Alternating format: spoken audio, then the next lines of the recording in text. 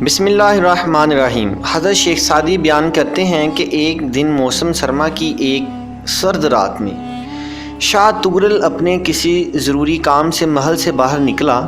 تو اس نے ایک حبشی غلام کو دیکھا جو محل کے پہرے پر مامور تھا۔ وہ غلام اس وقت شدید سردی سے کانپ رہا تھا اور شدید تکلیف میں مبتلا تھا۔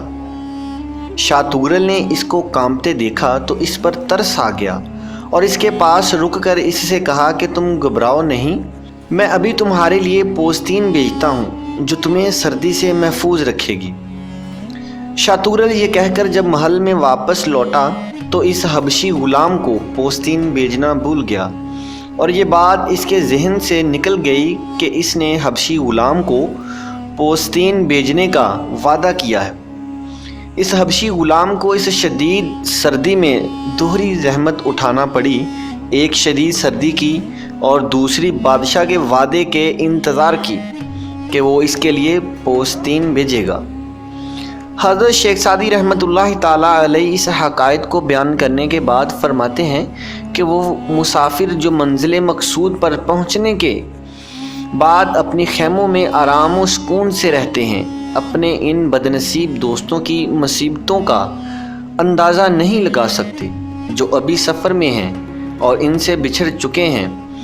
وہ جو سردیوں کی راتیں کھلے آسمان تلے گزار رہے ہیں، ان کی مصیبتوں کا اندازہ ایک آرام و سکون سے اپنے گھر میں رہنے والے کو کیسے ہو سکتا ہے؟ حضرت شیخ سعدی رحمۃ اللہ تعالیٰ حقائق میں بیان کرتے ہیں کہ وہ لوگ جو بدنصیب ہیں، جو خود تو